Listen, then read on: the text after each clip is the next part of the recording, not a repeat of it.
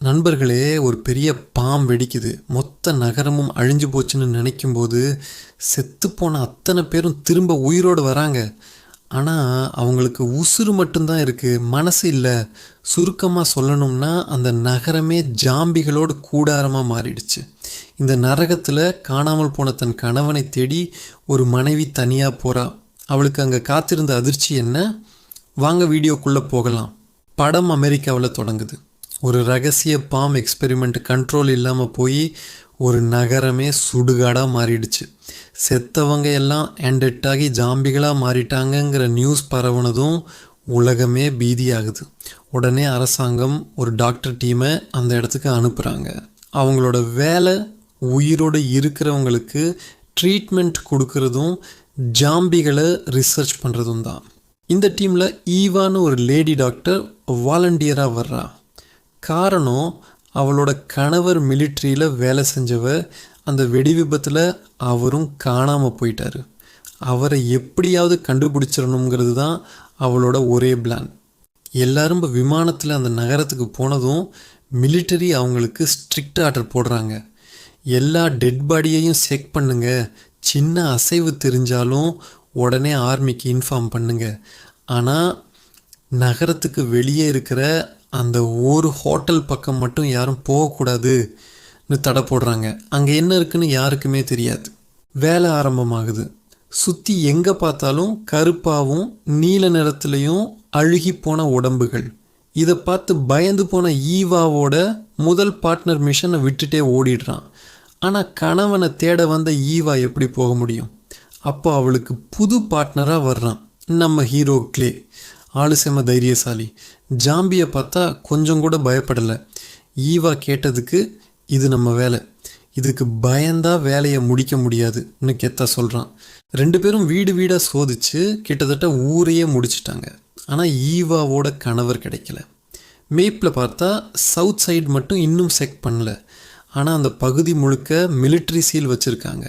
அப்போது அங்கே இருந்த ஒரு பொண்ணு ஈவா கிட்ட, தயவு செஞ்சு அங்கே போகாத, சவுத் சைடில் யார் இருந்தாலும் கமாண்டர்ஸ் உடனே சுட்டு கொன்னுடுவாங்க, நீ டாக்டர்னு கூட பார்க்க மாட்டாங்கன்னு வார்னிங் கொடுக்குறா. ஈவா அவகிட்ட உதவி கேட்குறா. ஆனால் அந்த பொண்ணு வர மறுத்துடுறா. அடுத்த நாள் ஈவா கிளேடம் உதவி கேட்குறா. அவனும் நான் வரேன், ஆனால் பிளான் இல்லாமல் போகக்கூடாது, ரகசியமாக போகணும், ஒரு வாகனமும் வேணும்னு சொல்கிறான். ராத்திரி நேரத்தில் ஒரு கேரேஜுக்குள்ளே போய் பைக் தேடுறாங்க. அப்போ ஒரு கப்போர்டுக்குள்ளே இருந்து ஒரு சத்தம்.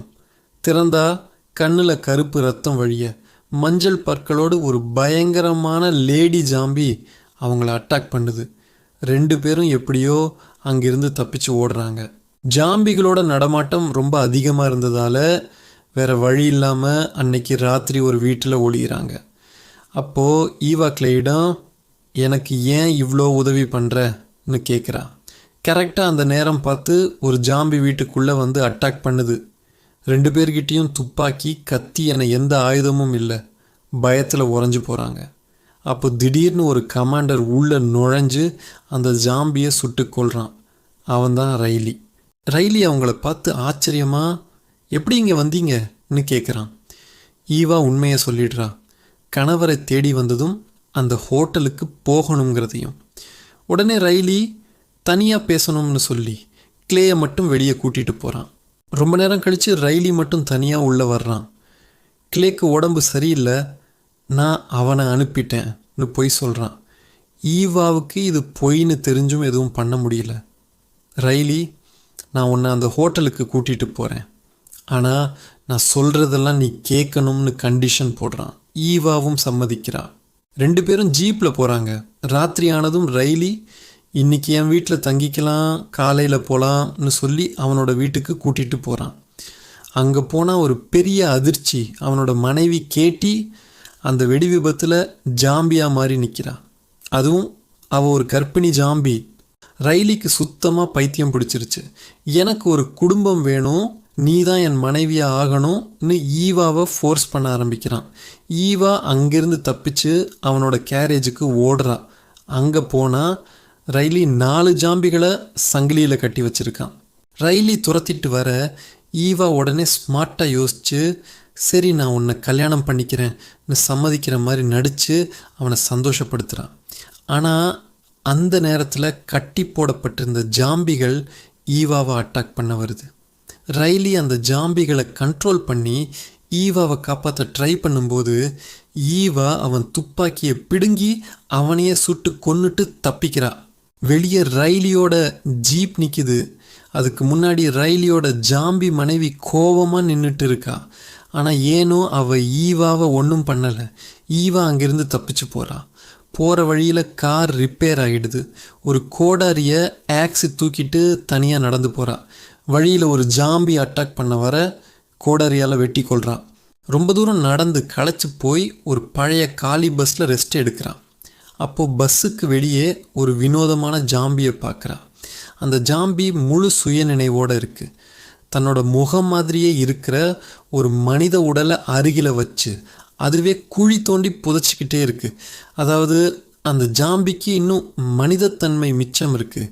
ஈவா கீழே இறங்கி போய் அந்த ஜாம்பிக்கு உதவி செய்கிறா. இதை பார்த்ததும் ஈவாவுக்கு ஒரு பெரிய நம்பிக்கை வருது. ஒருவேளை என் கணவன் ஜாம்பியாக மாறியிருந்தாலும் அவருக்கும் இந்த மாதிரி உணர்வுகள் இருக்கும், நாம் சேர்ந்து வாழலாம்னு ஒரு புது தைரியத்தோட ஃபைனலாக அந்த ஹோட்டலுக்கு போய் சேர்றா. ஹோட்டலுக்குள்ளே ஏகப்பட்ட ஜாம்பிகள். ஈவா ஒரு ஃபுல்லட் ப்ரூஃப் கிளாஸ் ரூமுக்குள்ளே தப்பிச்சு போகிறா. பயத்தில் மூச்சு வாங்கிட்டு திரும்பினா அங்கே நிற்கிறது ஜாம்பி இல்லை, நம்ம கிளே சொல்கிறான், நான் உன்னை விட்டுட்டு வரல. ரைலி உன்னை ஃபோர்ஸ் பண்ணுவான். என்னை வச்சு அவனால் ஒன்றும் பண்ண முடியாதுன்னு தெரிஞ்சு என்னை கொல்ல முயற்சி செஞ்சான். நான் தப்பிச்சிட்டேன். நீ கண்டிப்பாக ரைலியை கொன்னுட்டு இங்கே வருவேன்னு எதிர்பார்த்து தான் இங்கே வந்து காத்திருந்தேன்னு சொல்கிறான். முழு ஊரையும் தேடியாச்சு, ஹோட்டலையும் தேடியாச்சு. ஈவாவோட கணவர் எங்கேயும் இல்லை. அவர் செத்துட்டாருன்னு தெரிஞ்சதும் ஈவா கதறி அழுவுறா. அப்போது ஹோட்டலை விட்டு திரும்பும்போது ரைலியோட மனைவி கேட்டி அந்த கர்ப்பிணி ஜாம்பி ஈவா முன்னாடி வந்து நிற்கிறா.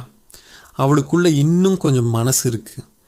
அவள் தன் கையில் இருக்கிற குழந்தைய ஈவா கிட்ட கொடுக்குறா.